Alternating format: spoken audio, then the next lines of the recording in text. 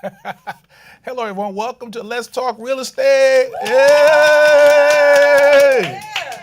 This is where we come together once a month to talk about how do we use real estate as a wealth creation tool. So we are in Kent, Massachusetts, at the studio of New England Christian Television Network. And so, as always, we like to thank them for allowing us to come in, use the studio free of charge. We like to thank Eddie Jules and his team for allowing us to do that. And so you guys know that nothing runs for free, correct? So if this is being a blessing to you, we ask that you sow into this because this allows us to continue to allow the network to continue to move forward and do some things we're doing here. And they have a whole bunch of other programming. So we're just one of the shows that they host. So always thank you for that. But then also, we want to talk about the fact that, is his microphone not on? Yeah, put your microphone on. We like live TV. You just do whatever. Just roll with it.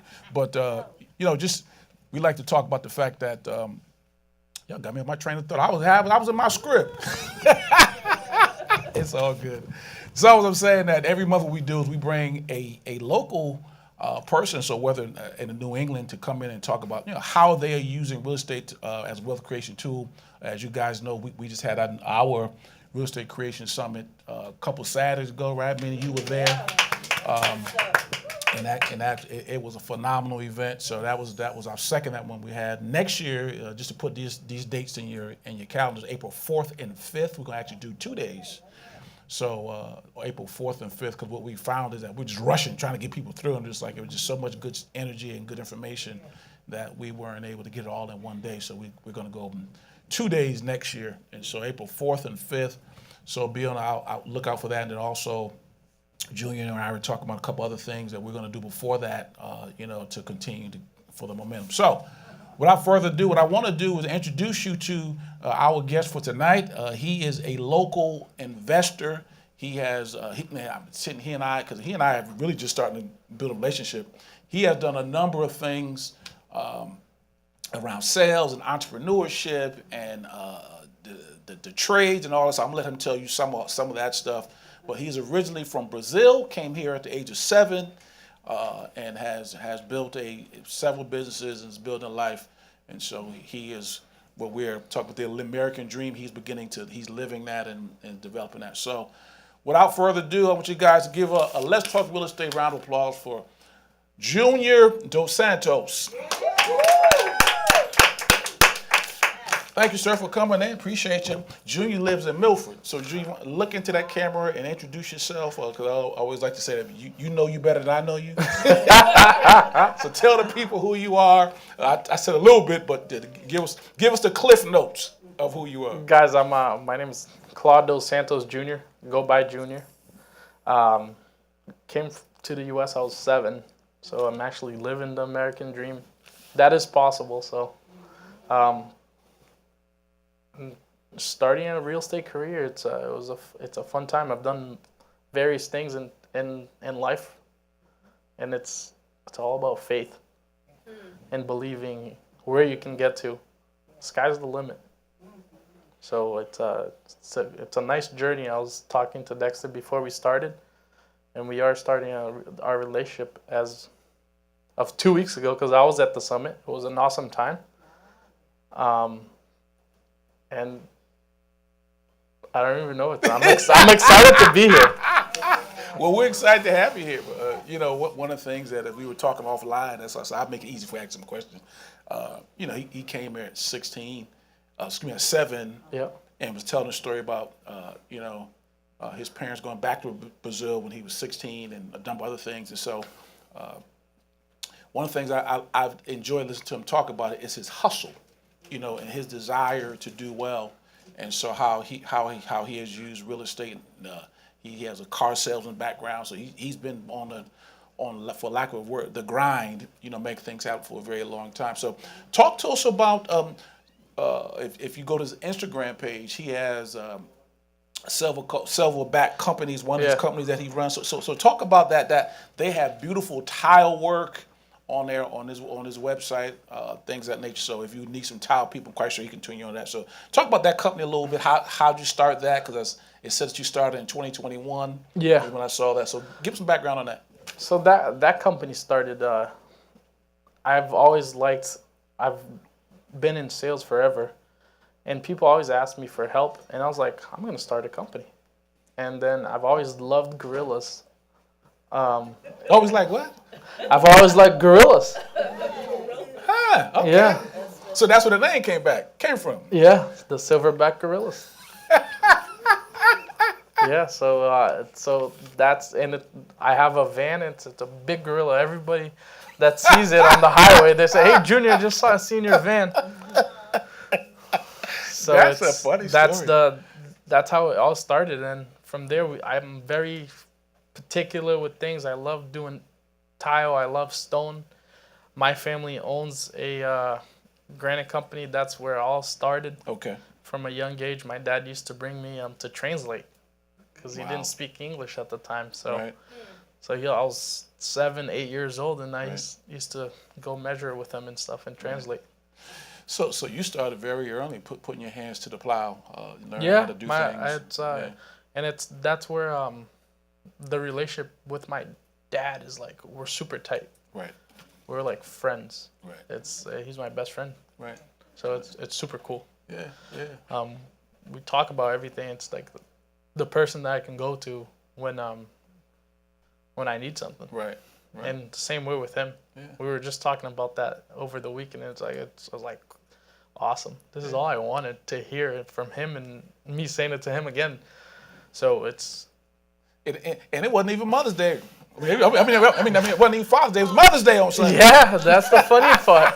And my mom was like so proud of it, because it's like, it's not a lot of kids that has the opportunity, but thank God I have that. And my mom's super Christian too, and I appreciate being in the house of God. Okay. So good stuff. Yeah. Good stuff. yeah, my aunt she's a pastor, Okay. and my mentor in Brazil is a pastor too. Right. So Yeah, because matter of fact, we I talked told about you. that a little bit. Yeah. We talked about that. Yeah, a little bit. yeah, offline. he's my mentor is a pastor. Yeah. Yeah. All I right. have him as a spiritual and a business mentor. Right. Well, that's one of the things that we believe in, and my wife and I, and a lot of people here believe in, that there's an intersection between faith and finance and business. Oh yeah, definitely. When you bring the name of God into the table, it changes the whole game. Yeah, exactly. Yeah. People look at you in a different way Right. and respect you differently Yeah, too. yeah. I know that for a fact. Yeah. So y'all hear that out there? Y'all hear that out there, TVville out there, that you can love the Lord and still do business. So we didn't even mean to talk about that, but that is He's a pastor. But that is part of what I like to talk about, because I believe that there is a big time intersection between the two, and and this is a whole nother class, but I've talked about this, that God, we believe that God desires for you to thrive in every area of your life, including your finances. And then on the other side, we really believe that if when you own things, that you really get to dictate what goes on. And so one of the ways we do that is through this thing called real estate. So now you got Silverback Company. That's your tile, stone. Yep. So transition. So how did you really start? When did you buy your first piece of property? Well, I bought my primary home in Milford. That was my first one. And then What year did you buy that? 2017. Okay. Now I know the story, but I'm setting y'all up. So you bought in 2017 for how much? It was 200 and change. I don't remember the exact number, but now it just appraised for like almost $1 million. Wow. So Nice. did some work to it, but it's wealth. It's what we call what class? Appreciation. Delegates an apple. No, it's what we call appreciation, right? It's as we talk about, I haven't talked about it in a while, but there are 4 wealth generators, right? Cash flow, appreciation, taxes, debt pay down, right? And so when you get those 4 working together, so what Junior's talking about is, I bought it for this, right? And it'll appreciate. Now, obviously, he forced some appreciation because he put some improvements into it. And as a guy who is skilled in the trades, I'm probably sure that was easy for you to do because you did it at cost.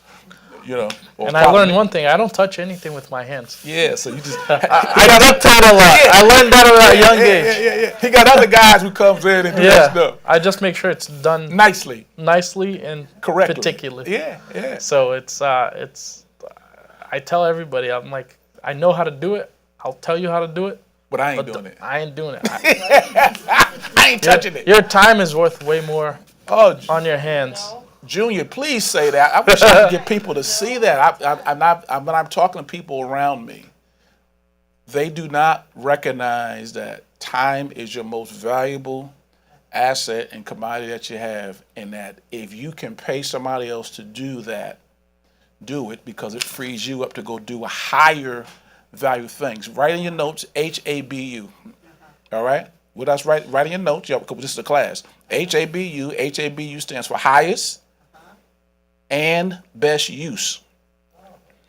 Got it? And so if you're going, because this is a entrepreneurship, financial literacy, real estate class. If you're going to thrive, and you're still washing your own laundry, now you may be there right now, but it should be a goal for you to get out of the mundane things, so that you can do higher level activity things. What Roland Jr. is talking about is, hey, I can do it, but I don't, because he's doing a higher level activity thing. Yeah, and if I can pay somebody to do it, you can charge somebody to do it. As long as you do it right, serve them right, and they're happy.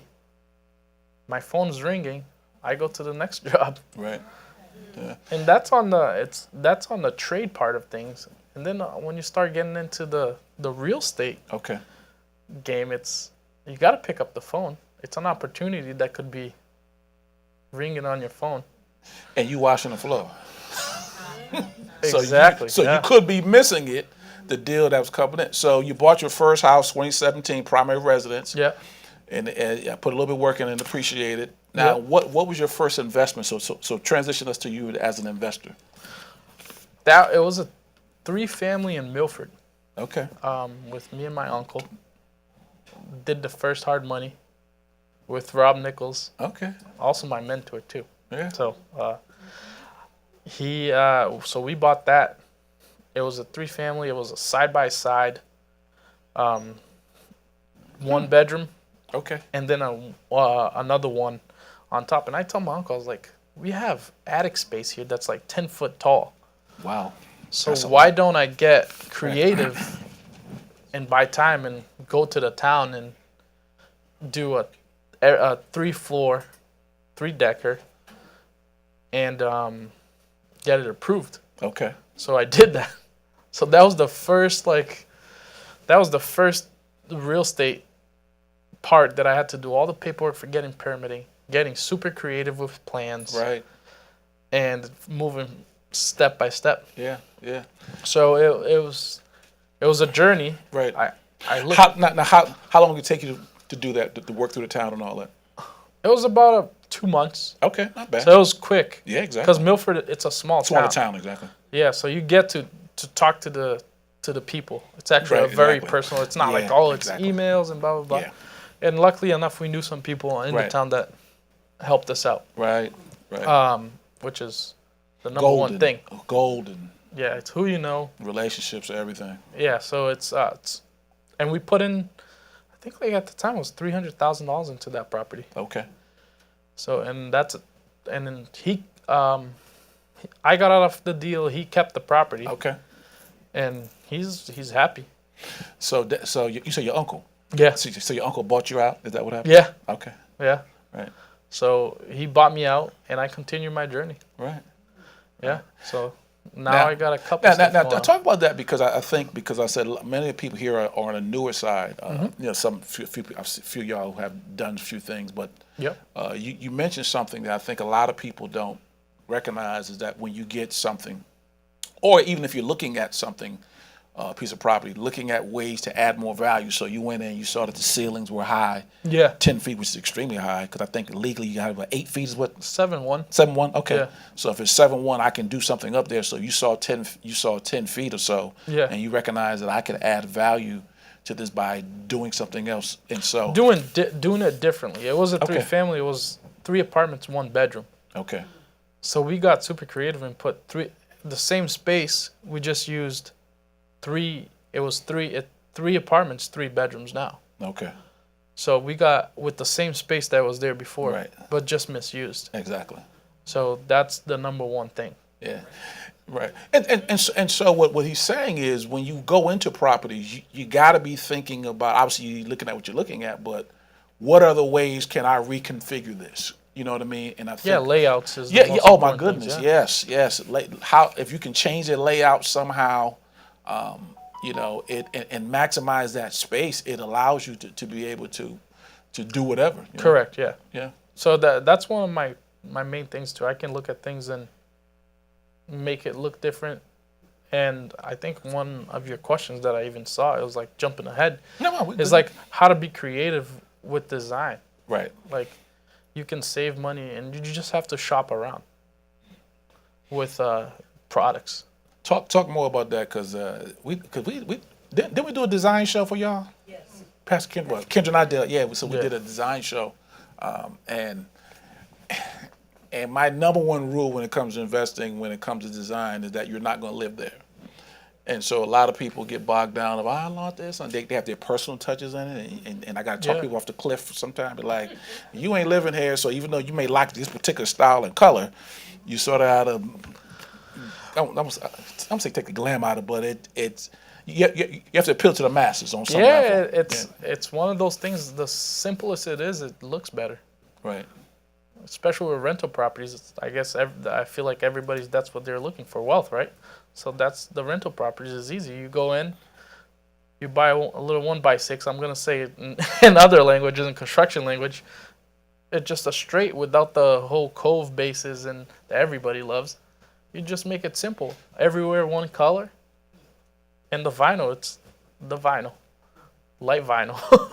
And you move So on. now I know what you're talking about. So explain the vinyl. What's the vinyl? So the vinyl, they call it now the luxury vinyl. Right. LVP. LVTs. LVP. I think we call. I know you may call something else. Yeah, it's and there's various types of LVTs.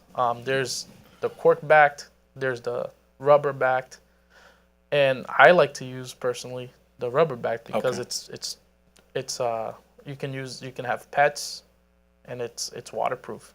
Okay. You pay a little bit more, very little, but you get the quality from it, Right. especially for rentals. Right. And then paint colors is just like do a light gray or off white. Yeah. I'm big on the off white Yeah. and the wood looks. Right. Exactly. So I can show you guys after the show like designs and stuff that I like to do. It looks expensive, but we really didn't spend that much money Right. on it. So where the guys like because you're in the business, where would you recommend that we shop looking for some of these things? 'Cause I'm asking you this Yeah. sort of selfishly, like y'all just listen to our conversation. But my wife and I go to Floor and Decor a lot of times. Where else would you recommend that we go? Well, at the point that I'm in right now, I was literally talking to one of my guys today, and we're bringing stuff from New Jersey. We're going out of the state to bring Okay. it for cheaper. Right. And like what you're paying at Floor and Decor, you're getting in Jersey for like $2 less. Okay. So if you're doing 3 properties, you can get tiles, LVTs Right. for cheaper. Right. You just buy it in bulk. Buy it in bulk. Right. Yeah. Right. I have the space to keep it, but if you think about it, if you rent a storage space and you can buy the materials, You can stick it in there. you can stick it in there Yeah, because right. the tile doesn't go bad or the floors. Correct. So it all depends. It's always thinking ahead. Right. Exactly. Yeah, and making sure you can use like materials ahead of time too. Right. You know ahead of time what you're using. So, question: How did you connect with connect with your connections? I guess. How did you make a connection with these people in New Jersey? Instagram. Really? Yeah, Say that again. Instagram, IG, One more time. Instagram. Instagram. Yep. What did I tell y'all, class? Social. Do people know that you're what? An investor. Yeah, and On I your look for it too. Me too. I'm like, I look for people who invest or other Yeah. things like that all the time, and I'm like, man, and I'm a big LinkedIn guy. I do some stuff for Instagram too. Yep. But I've met so many people through social media, and I'm and actually Rob, when he was here in November, we were talking about that, and I said it, I think at matter of fact, I know I said at the summit. Yeah, you definitely. I said that that social media is a phenomenal way for you to just put your name out there. That hey, that I'm an investor or whatever things you're doing. I'm a hard money lender. Yep. And put it out there. So yeah, that's one of the things that I've been doing and paying attention more now. It's like where to get things. Yeah. So first, 2017 primary property, 3 family. Yep. Take me from there. Where's your journey? From there, I got a property in Manchester by the Sea. Oh, nice area. Yeah, we just sold that for 2. We just sold that and got it for like $550. Okay. It was a 5,500 square foot home. A decent sized house. So you got it. So you got it for what? $550. And then how much money you put into it? I think we put like $390. Okay, so not bad. Not bad. Yeah. It was okay. Right. And now I'm working on a bunch of new things. Yeah. I got I got a new single family in Linfield. Right. Coming up. It's already all approved. Right. We're supposed to break ground anytime now. Right. So before I get, because I'm taking y'all somewhere. So, any questions out there for Junior? The microphone is right there. Mom Barbara, or actually, and then Vanessa's right up front. So ask you a question first, and then give. No, I have no question. Have no question? Okay. I'll stand here. Okay. So a couple questions. Yeah. Since you were just mentioning the land in Linfield, Yeah. so when did you buy that piece of land? Linfield has been like 5 months. Okay. Yeah. So how did you find that land? Realtor. Oh, okay. So you specifically said you were looking for land. I didn't. So I was working in Manchester. He said, Junior, I got a property in Linfield that's up for sale. And do you want to look at it? I was like, why not? And then me and a partner of mine went and looked at it. We liked it. And we did an offer. Mm-hmm. And it was brought in by my realtor. And that's what I use a lot is make my realtor work. Yeah. It's Rob or somebody else? No, I use Jonathan from Evil Real Estate. Okay. Yep. And then the 3 family that you mentioned, so you said you put $300,000 into it. Yeah. Did you go into the purchase knowing you were going to put that, or it just evolved into that? We did a budget, and that's what we figured we wanted to be at. Okay. And you moved kitchens, like to get it into this 3-bedroom? So we gutted the whole thing. Okay. We gutted the whole thing, and then we redid the whole design. Okay. Okay. All right. That's it. Oh, sorry. Yes, I had a question. You talked about designs. Mm-hmm. Do you go with an architect or an architectural firm to do that, or We do it with an architect, yeah. Okay. Yeah, there's different architects we use for different projects. Okay. Any other questions out there before we go to the next section? Okay. So talk about land, because that and new construction, because he and I were talking offline, and Junior was saying how he prefers new construction, and he mentioned that, like gutting things and starting all over. So one of the things you'll find as you're doing this, everyone has their preference as to how they like to do business. I tend to like to work within a footprint of things already there. That's me. But I think because of his background and, with the trades and all that, for you to see something gutter, it ain't no big deal, But for me, I'm like, oh my God, this is going to take a lot longer. So talk about that sort of that mindset and the difference between so when you buy land, gutting and those type of things. Yeah, so for me, it's exactly what you just said. Right. Me being involved on the trades and knowing how much things cost.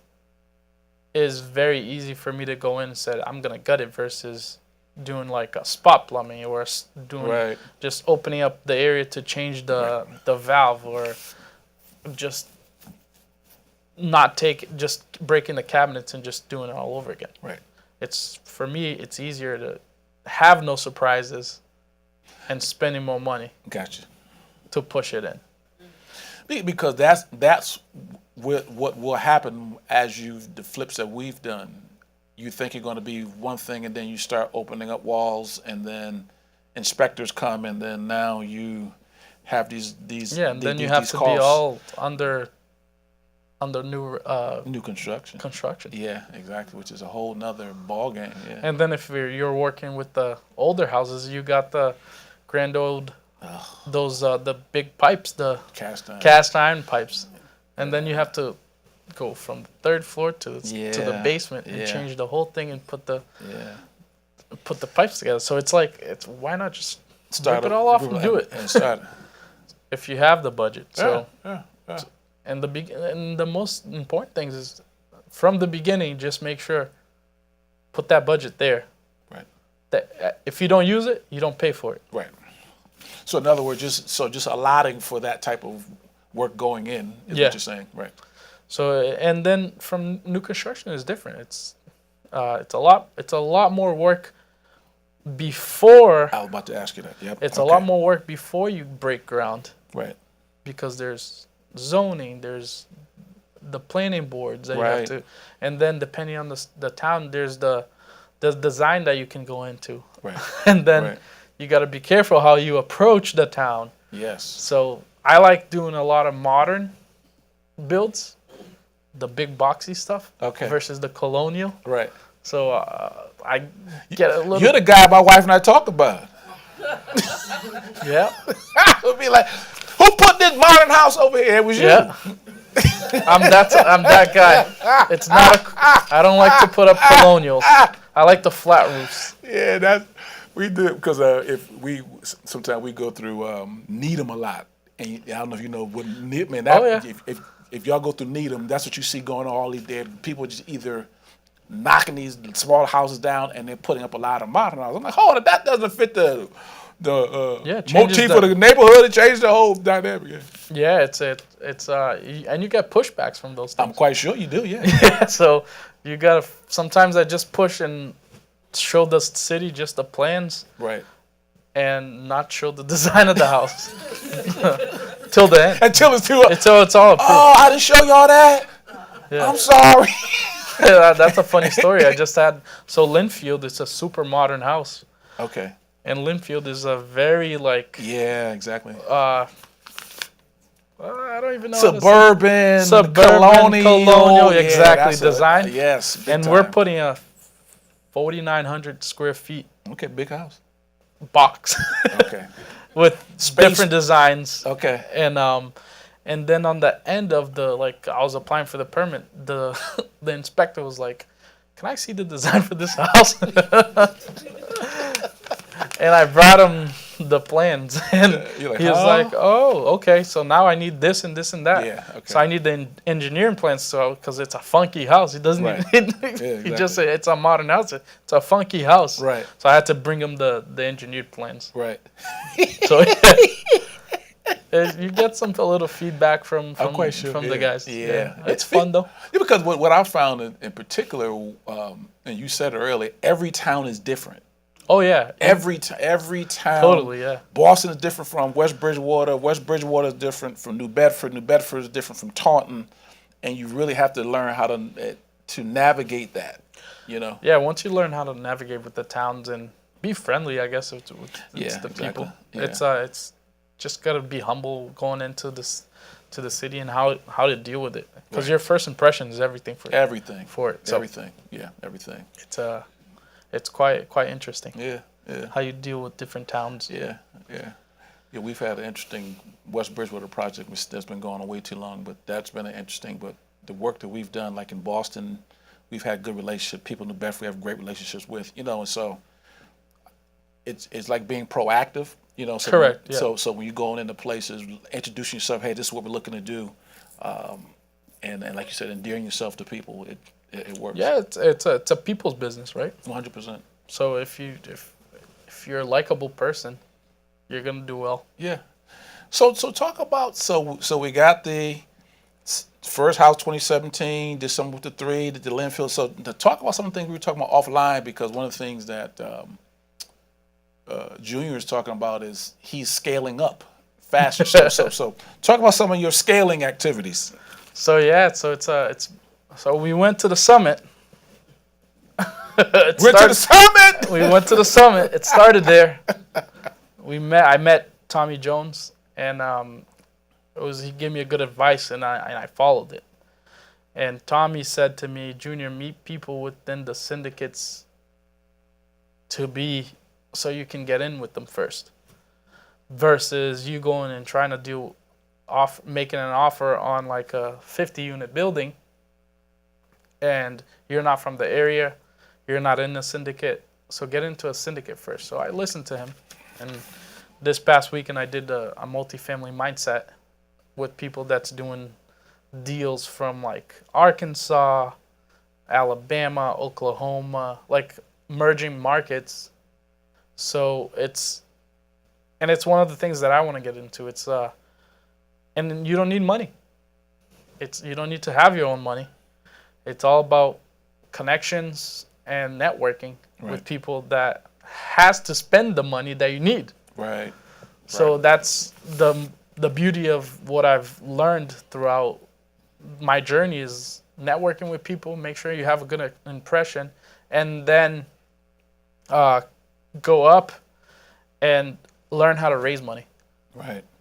So to talk about that, because you were talking offline, and you were talking about the amount of money, because as you guys know, Junior's from Brazil, but then he has brought money from Brazil, people that he knows has raised money. So talk about what that's like. What's that conversation like? So if people, because one of the things that we haven't had anybody yet come here and really talk about raising funds money. And So- what those conversations are like. So I've raised funds, like Dexter's saying, it's from out of the country. Friends, like Linfield is an investor from Brazil that my best friend that we live together, and his dad is investing in us in Linfield. And then a lot of networking too has helped me raise funds and go different directions. So having a good network is probably one of the best things that I've built throughout my career. Right. And What question? I mean, because one of the things that I found most people are afraid of asking for money. What's that conversation like? I mean, you have to build value to what you're going to ask. Right. And you got to know the value of it before you even ask for it. Right. Because once you build value to a property and explain to the person what you're getting, what they're getting, and what's your value to the group. Right. That's the most important thing. Right. Because sometimes you might not even need. You bring in a different value. You found a deal. Right. You get it permitted. You run the construction, but the other person doesn't have the time To do all that stuff. to do it. But they have the dollar. Right. So you can talk to them and be like, I give you a return. You put a lien on the property, and that's your guarantee. No matter what, they're going to get paid, even if it doesn't work. Right. If it gets auctioned off, they get paid. Yeah. Right. So that's if they ask, oh, what's my risk? You have no. The risk is you having a property on the end, Yeah, exactly. being owner of a piece of land. Right. Even if it never sells, own a piece of that property. Right. So that's their guarantee. And what you said, you guys may have missed it, and I've said this before, is that a lot of times we don't understand the value that we're bringing to the table. So, for instance, there are a lot of people out there who have money, but as Junior said, they don't have the time, or they don't have the expertise. But as you guys are going to summits and different things, and you're raising your skill level, and you can bring to them a deal of some sort, they'll gladly give you their money because they want a return. So you have people who may have large sums of money and it's in a bank account getting $0, or they're high income earners and and their taxes are going to kick them in the behind, and they have to invest in real estate, which is probably one of the best, if not the best, investment that allows you to lower your taxes. And so the reason why I keep pushing, letting people know what you're doing, let people know what you're doing, is because what will eventually begin to happen as you continue to progress in your career, you will come across those individuals. And as you come across those individuals, now, as Junior was saying, you're bringing value to the table. So, and I'm still reorienting my mind to think about the fact that the value that I bring to the table, so that you don't feel like you're begging for money, that you're actually doing them a favor. Yeah, they have to spend the money. They got to spend the money. Yeah. Because it's like this: either they spend it, or Uncle Sam gets it.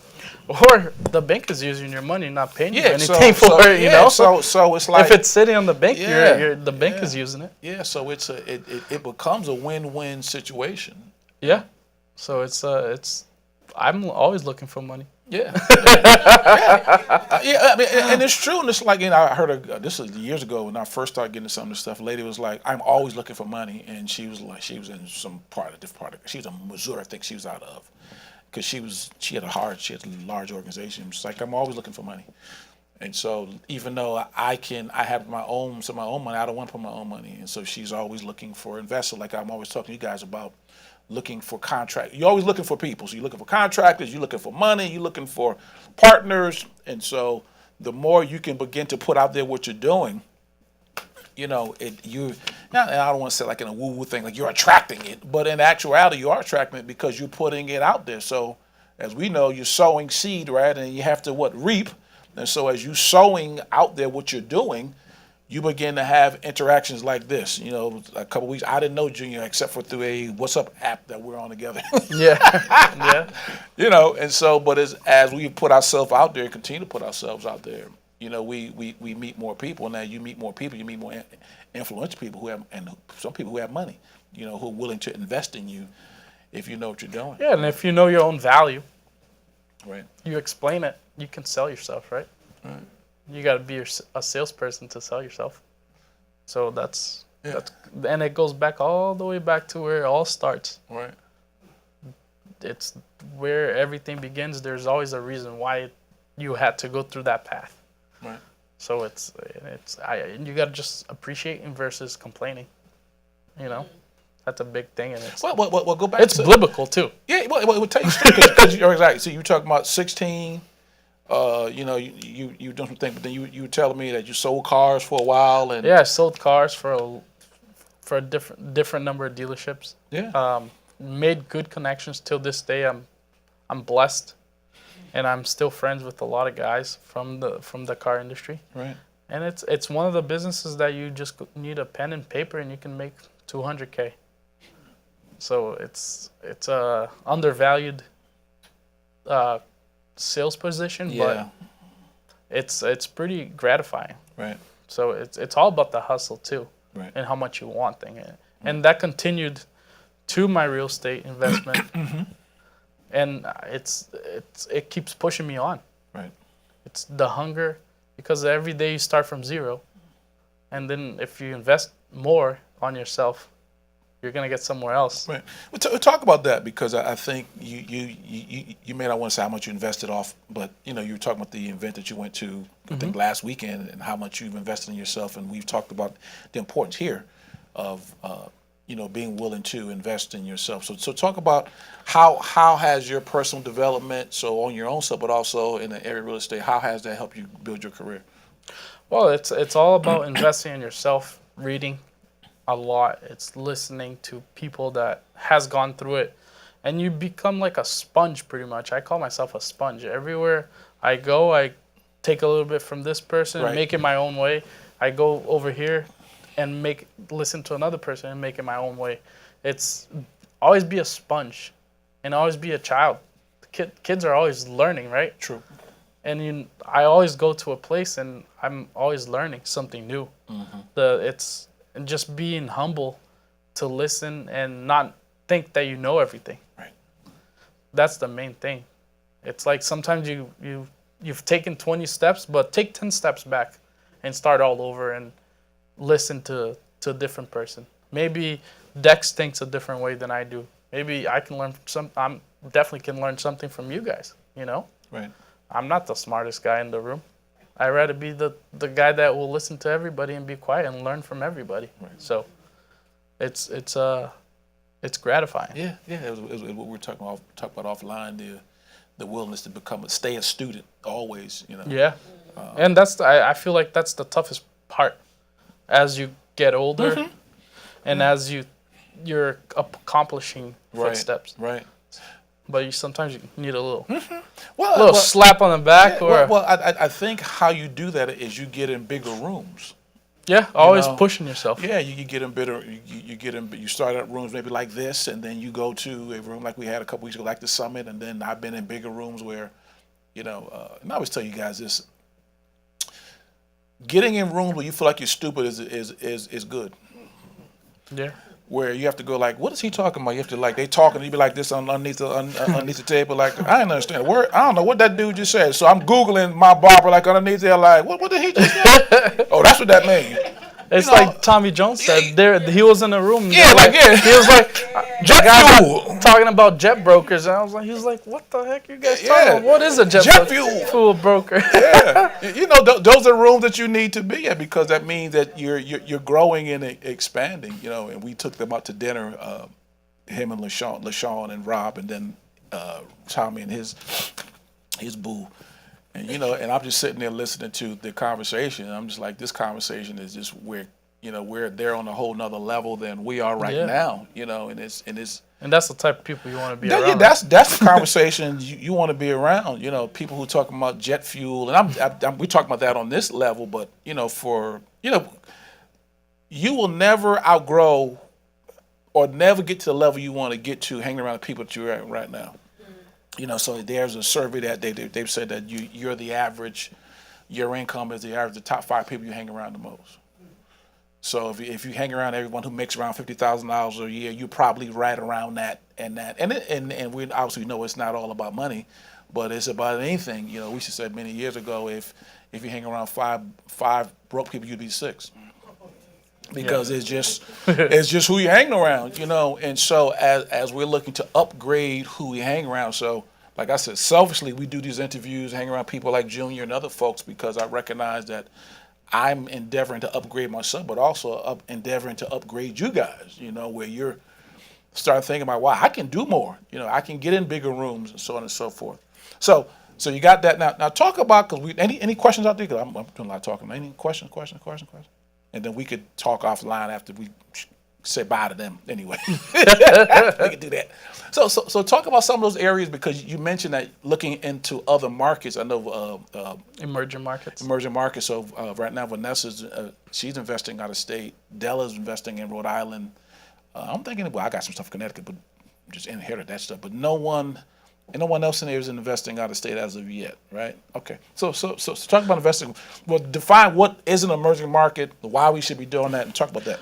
Yeah. So I learned during this weekend that I had on the multifamily mastermind. So they talked about emerging markets in the U.S. right now. Being Boston, they don't even invest because it's so priced. Right. So they're talking about like the Carolinas. They're talking about Arkansas. They're talking about Oklahoma, Cleveland, Ohio. Okay. That your money is worth so much more. Like a property here, like let's put it this way, like $1 million property, you can buy like a 10-unit building over there. Right. And you're getting the rent is $1,100, $1,200 a unit. If you do the math, it's pretty much way more than you're getting over here. Got it. Because you're buying 3 versus 10. Right. So in those emerging markets and the beauty of it's like you go buy, for example, a 50-unit building. I'm gonna just talk. It's just number, guys. So it could be take out the 0. It could be 5. Right, exactly. It could be. It's a 50-unit building. Right. And then you're talking about forcing value into those properties. Like right. It's a distressed. You buy a B grade. It's just like think about like you're getting graded in school. Right. It's a B plus property. Right. And a C plus that you can work on it and be an A Right. or an A minus kind of thing. So you force value into those properties. You can keep it for 2 to 5 years and sell it. Right. It's and your money is worth way more down south. Right. So, and that's the beauty of getting into those things. Maybe you guys have a property here that you want to sell and put it down south, and your rents come from down there. It's the same money. Same money.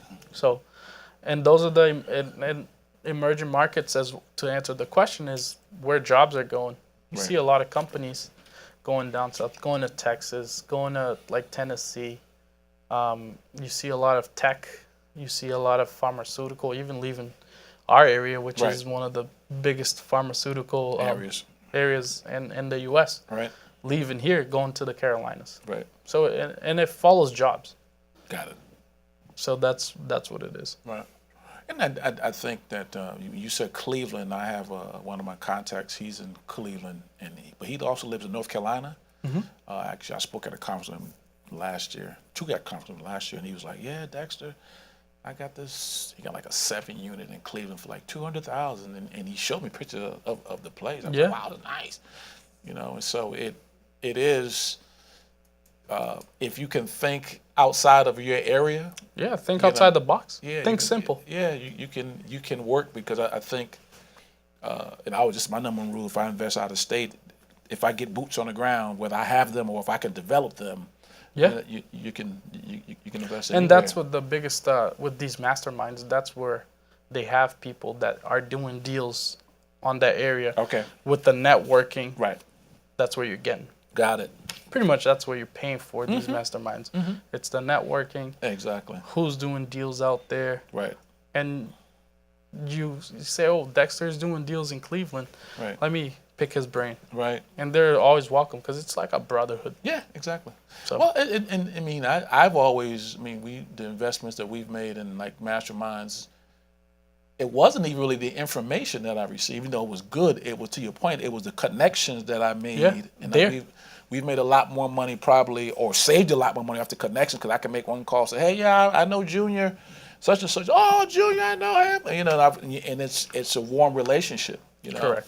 And so I think people, to me, I've always thought about it as like buying into a franchise type deal, that I'm stepping into a system that works Yeah. with the connections and all that. And so I think people have hesitated to invest in themselves. So when I started our conference, a couple weeks ago, I said, you're making an investment in yourself. So whether you paid $147 or whatever the ticket was, you weren't spending the money, you were investing the money. You were investing Yeah. your money in yourself through a particular course or whatever it may be. And I think we've been trained to do it at college. So people, they'll go spend $80,000. Like we got a person in our church whose son is going to college. And I said, "How much is it per year?" It's $70,000. College. So you do that, 70 times 4 is 280,000. And then you talking about before you even got out of the doorway, you probably $300,000 in the hole.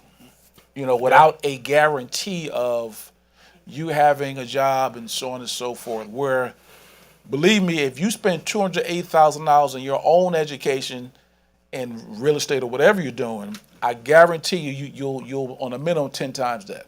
Yeah.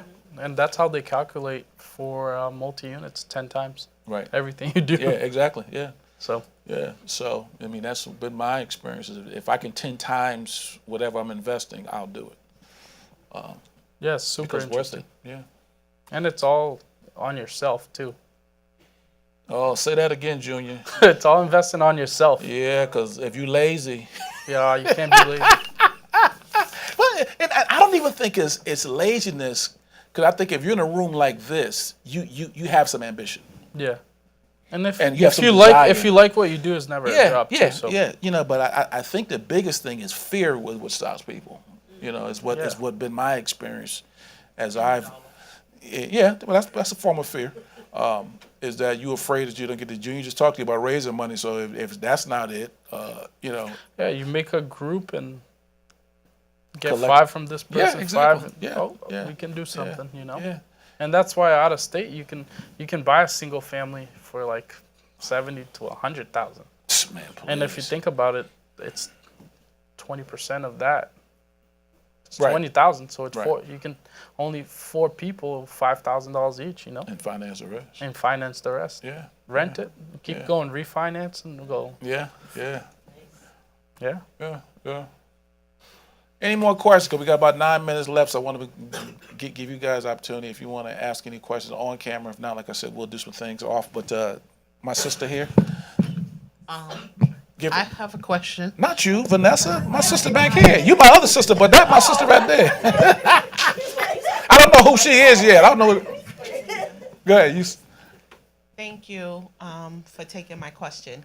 I am hoping to actually speak to you a little more after. Yep. But what really spoke to me was the fact that you can walk in a room and see the layout and see the kind of improvements Right. that you can make.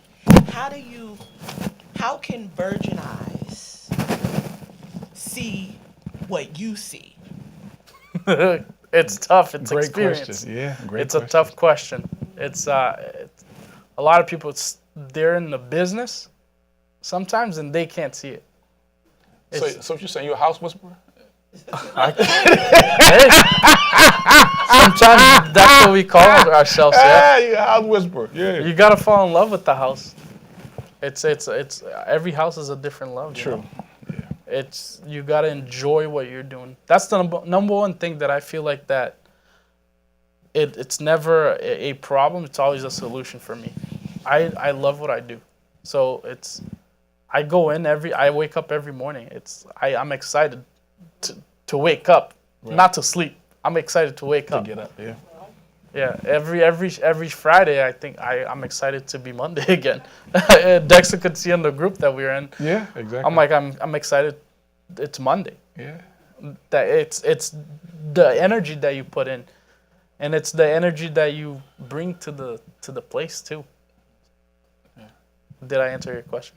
So does that mean like maybe I should Google like small spaces and how to make those work, just to sort of To view? yeah. I mean, like, it's always you can always move a wall if it's not structural. Well, you still can move it. It's just it gonna costs add you some money. structure. Yeah, It costs you some money. it costs you a little bit more. It costs you some money. Most of the houses in our area and New England, it's just a lot of walls that you don't need. Okay.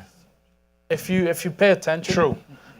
I talked to my mom a lot, and I was like, Mom, why every house that we've bought before Yeah. I even was in the business, I was like, there's no lights. Right.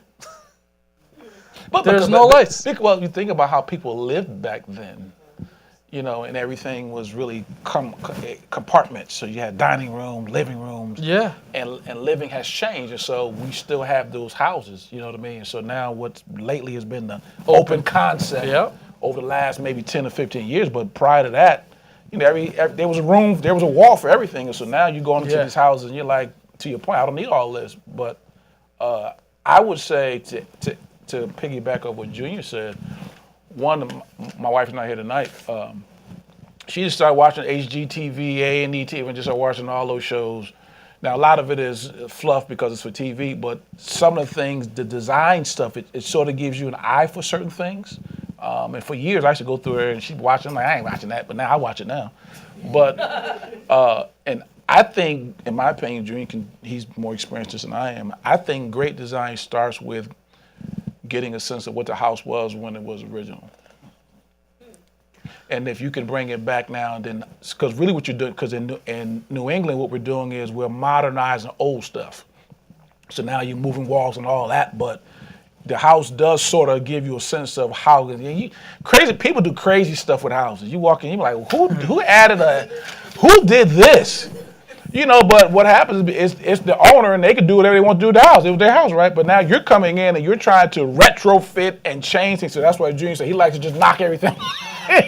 Well, people do some wacky stuff with houses, man. I just gut it and start over. So I would say, and to your point, just start looking through magazines and getting a sense of what all that looks like, And everybody has their own style. Without too. 100%, 100%. It's one. You like the clean look. There's people with the funky colors. I'm more of a very conservative Yeah, I am too. I like it. colors, but there's people that can make it work. They'll do like a very like a beige room, Right. and they'll put a green chair, and it'll look beautiful Right. with little wood details. Right. Yeah, So I'm- it's all personality. true. Yeah. You can you make the place look like it's yours, Okay. like you would live in it. I think that's the best way to make things work. How do you force appreciation or value if you walking to a place that's dated and you want to bring some life, like lights, as you mentioned? Paint is your But- friend. Yes. Believe me, paint. Oh my God, is a miracle worker. If you change like little hardwood trims, yes. little details, True. hardwood color, Right. like back. If you go to a lot of houses, the cherry look, you can do it stain and just do the natural stain look, Right. like the natural color, like the oak. Make it the lighter you make the property, The newer it looks. it looks newer and it looks Exactly. bigger. Yeah. So it's like using lighter colors Yeah. Big time. to give you like a nice update too. Yeah. Fixtures, like on your kitchen, things like that. Those, Yeah, your those little knobs. things, the knobs, and changing those things out. Yeah, Painting cabinets, that works. countertops. Countertops, changing that out. So if you do those things, and those are very inexpensive fixes. that forces value. Yeah, that forces you. Because you think about where people will live at is in the kitchens, bedrooms, right, and bathrooms. And so going in there and upgrading Even the on bathroom. rentals too. Oh, 100%. If yeah. you take care of your rental, they'll Yeah. take care of your. yeah, They'll pay you on time. yeah.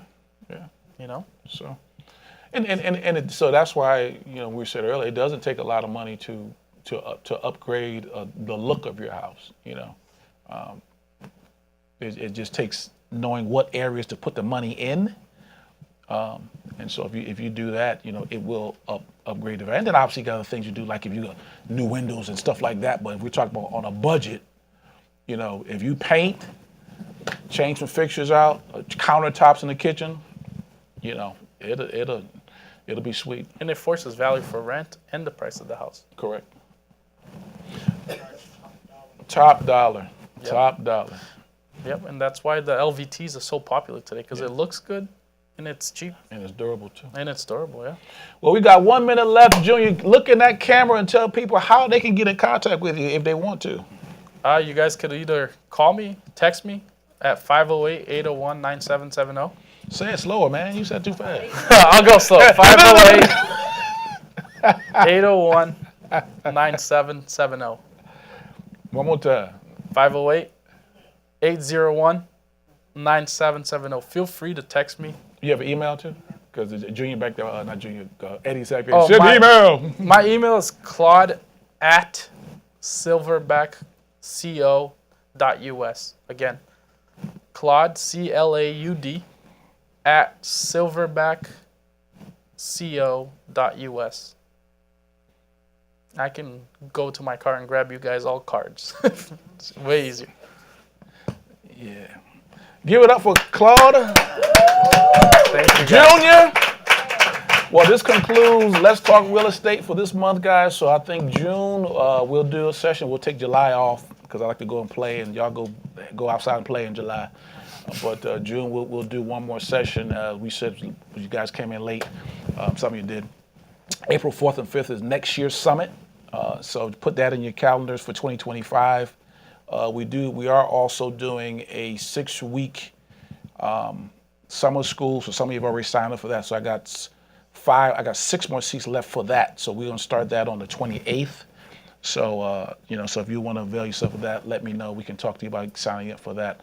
But other than that, I think that is it for the night, and we will see y'all next month. Bye bye. Thank you. All right, they're done.